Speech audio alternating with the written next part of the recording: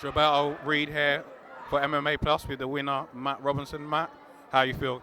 I feel great. I feel amazing, man. It was a tough fight, and I'm just happy to get that on my record, man. A good win for me. Yeah, because you kind of mentioned before, I've seen you fight once or twice before. You've been on a bit of a bad run recently, but you came into this fight full of confidence. What kind of changed for you? I mean, do you know what? When I started out MMA, I started with a lot of wins. And my brother's got a name in the game, so I never get an easy fight. Every time someone comes to fight me, it's a hard fight, and I like it like that. But I've been on a few losses recently, and coming up against this guy, I was the underdog by far, just due to his record. So I think I've worked better as the underdog. It's just nothing to lose. You just go for it. So kind of, for those who don't know, tell us who your brother is.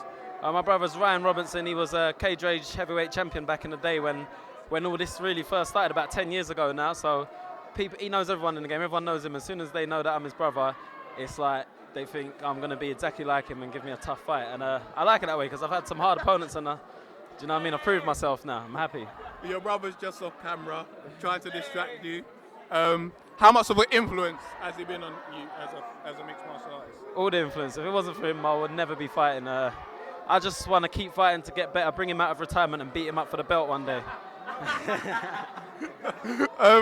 You had a pretty good night as a gym, pound per pound, you know, they're doing really well.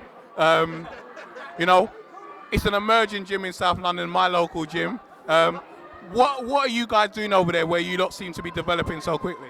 It's consistency. I mean, we've got great facilities over there, and it's just the way that from our amateurs, semi-pros to our pros, we all mix it together. And it's just relentless, and we're not a gym that there's a lot of gyms out there that won't let you travel to other gyms to get experience. They're like, oh, we've got to be this gym. Pound for Pound welcomes all sorts of gyms to come, and we all travel around different gyms, but we have our days where we're all at Pound for Pound putting it all together. What we've learned from other camps, we'll all bring it back, and that's how we keep developing. And it's proved tonight because it's just been a clean sweep for us. It's been quite a good night. Yeah, so kind of moving on to this fight, kind of tell us for you how it panned out. How did it go for you? What happened? Well, my opponent changed. So this new opponent, I only had about 10 days notice. Some people said it was silly to take the fight because he had so much experience, but I have to give full props to him because he came up a weight class. I had a bit of weight on him. Like we weighed in exactly the same, but he's usually fighting at 75s, 70s. I have fought at 80s, 3s, 84s, and I usually fight at 77. So we met. I dropped a hard drop to 76, and he came and met me. And yeah, this fight, I just had to use my range. I did that well. I knew he was going to be shorter. I knew that he's too experienced to know. He knows that I will know he wants to take me down. So I knew he'd throw heavy hands, and he did. He busted me up a bit, but I knew he wouldn't expect my submission game to be what it was. He thought I was just going to stand up. So when I took the risk, I jumped for the triangle and got it. Because initially, you did use your range really well. You seemed to be, you know, breaking up his rhythm before he could establish anything, and then went for that finish. How good did it feel to kind of set out what you was going to do pre-fight and actually execute it?